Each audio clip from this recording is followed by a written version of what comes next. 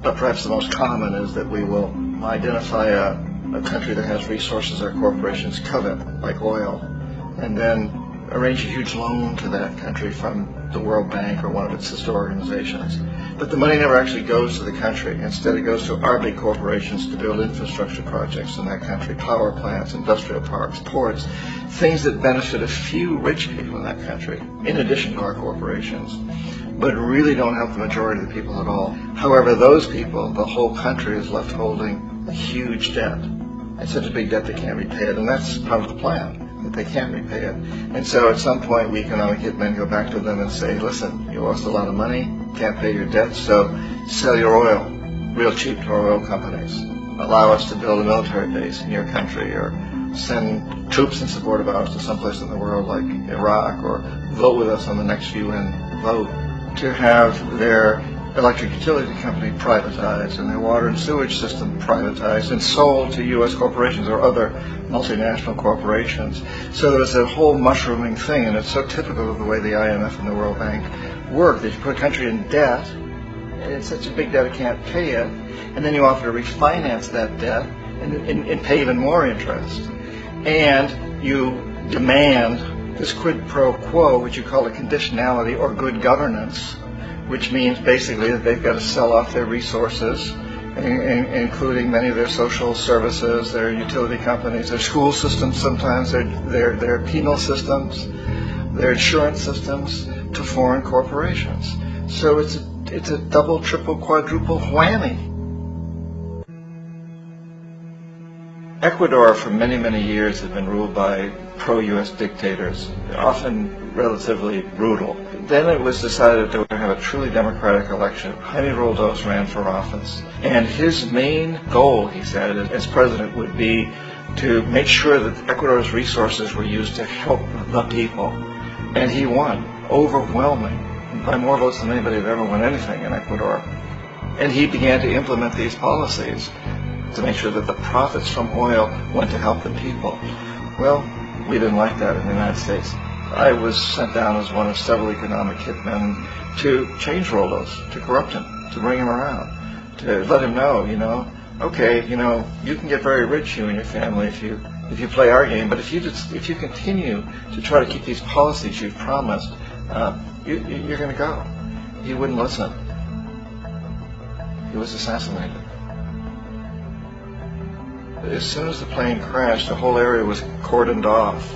The only people that allowed in were the U.S. military from a nearby base and some of the Ecuadorian military. When an investigation was launched, two of the key witnesses died in car accidents before they had a chance to testify. A lot of very, very strange things that went on around the assassination of Jaime Roldos. I, like most people who've really looked at this case, had absolutely no doubt that it was assassination. And of course, in my position as an economic hitman, I was always expecting something to happen to Jaime, whether it be a coup or assassination, I wasn't sure, but that he would be taken down because he was not being corrupted. He would not allow himself to be corrupted the way we wanted to corrupt him. And in that way, we've really created an empire, but we've done it very, very subtly.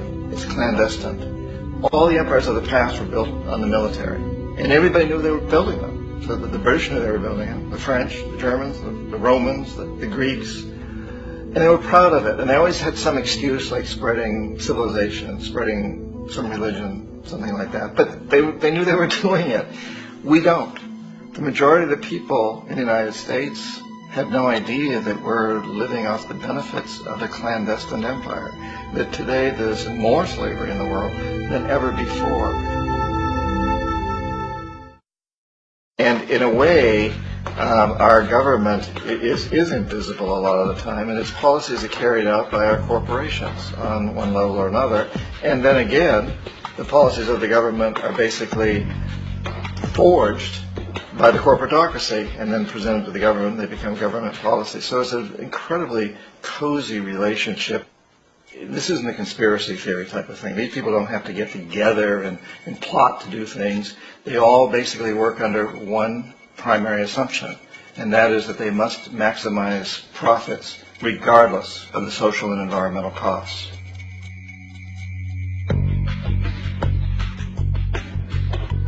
The bank and IMF serve this role on a global scale.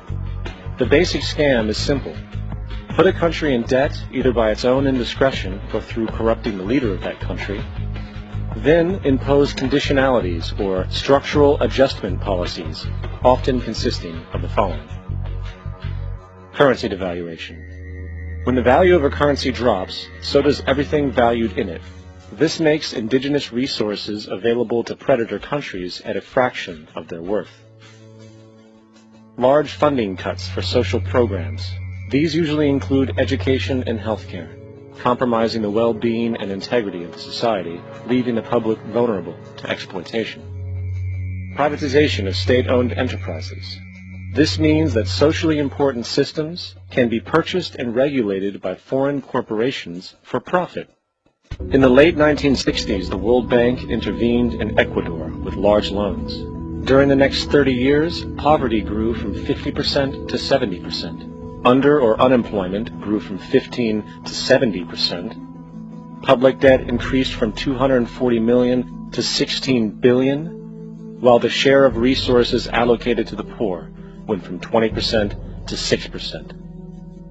In fact, by the year 2000, 50% of Ecuador's national budget had to be allocated for paying its debts. It is important to understand the World Bank is, in fact, a U.S. bank, supporting U.S. interests. For the United States holds veto power over decisions, as it is the largest provider of capital. And where did it get this money?